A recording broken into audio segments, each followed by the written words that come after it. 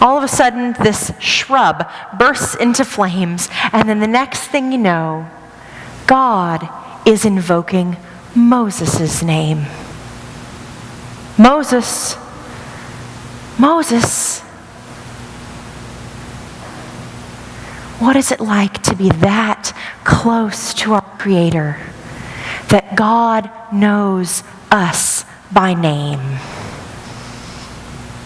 It's what makes the season of simplicity so filled with joy and awe, because we are known by the one who made us, and it is clear that that is the case.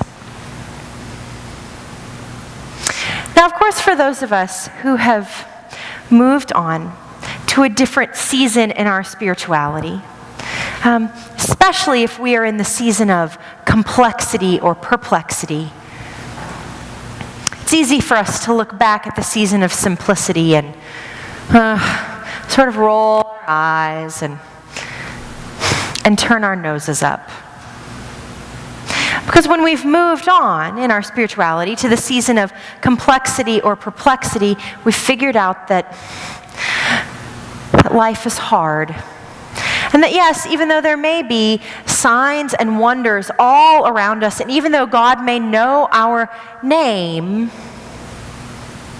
there is difficulty inherent in life too. And we know that when God calls us to go and do something, like Ellen said, sometimes we disagree. And so it's easy for us to look back on the season of simplicity and think of it as just simple. The trap that then we may fall into is to think of the people who are in the season of simplicity as simple as well. But we're reminded by this imagery of seasons that these 4 stages of spirituality are not, they're not the kind of thing where we get to an end point. We arrive at the season of harmony and then we're there and we stay there. No, there's a cycle. Just like the seasons of the year, we go through these seasons of spirituality over and over and over again. And it may be that it's not until we cycle back through and find ourselves in the season of simplicity when we are older that we understand how incredibly complex even that season is. It's what Marcus Borg talked about when he talked about the second naivete. That when we are small children, it is very, very easy for us to believe in God.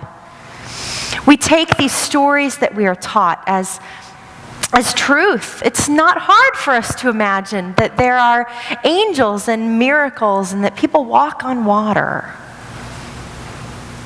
But as we grow up, we move out of that childlike, naive understanding of faith.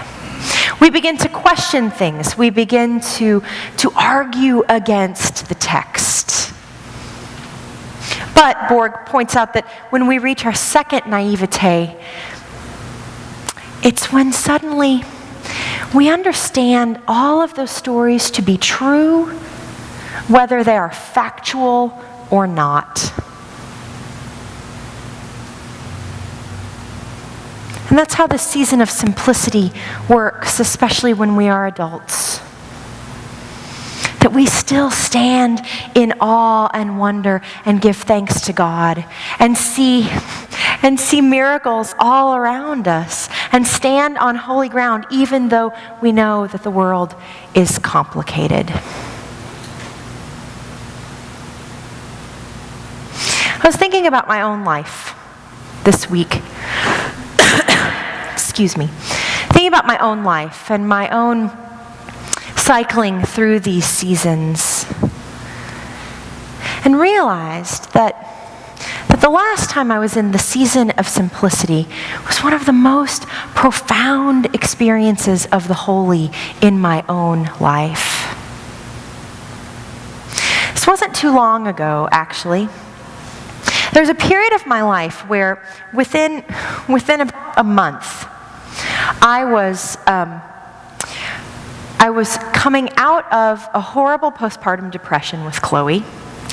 My mother had been re-diagnosed with cancer, the cancer that we knew eventually would kill her.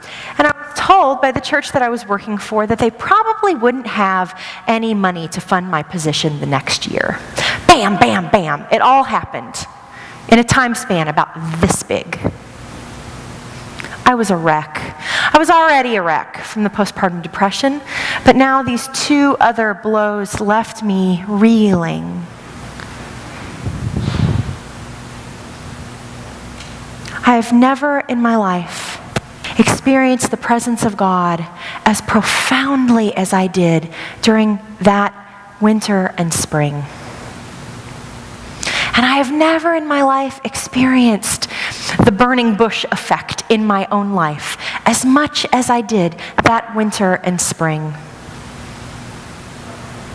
Several times during that period when I just got to my wits' end and I didn't know what I was going to do. I didn't know where David and I were going to go. I didn't know if my mother was going to live or die, and I did not know if I would ever get out of this postpartum depression. Those would be the days when suddenly friends I hadn't talked to in years would call out of the blue in succession.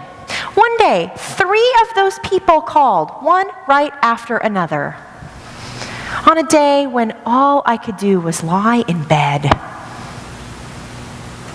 And it was like the very voice of God saying to me, Leah, listen.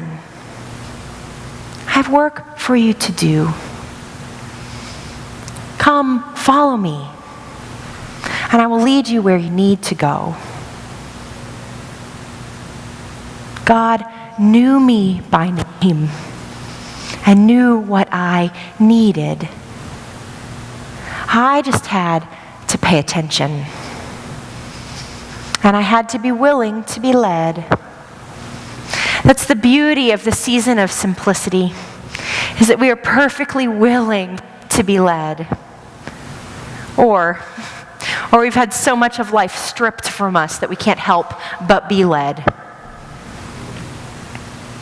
Whichever way it works. The season of simplicity in our spiritual lives is not simple. It's not simple at all.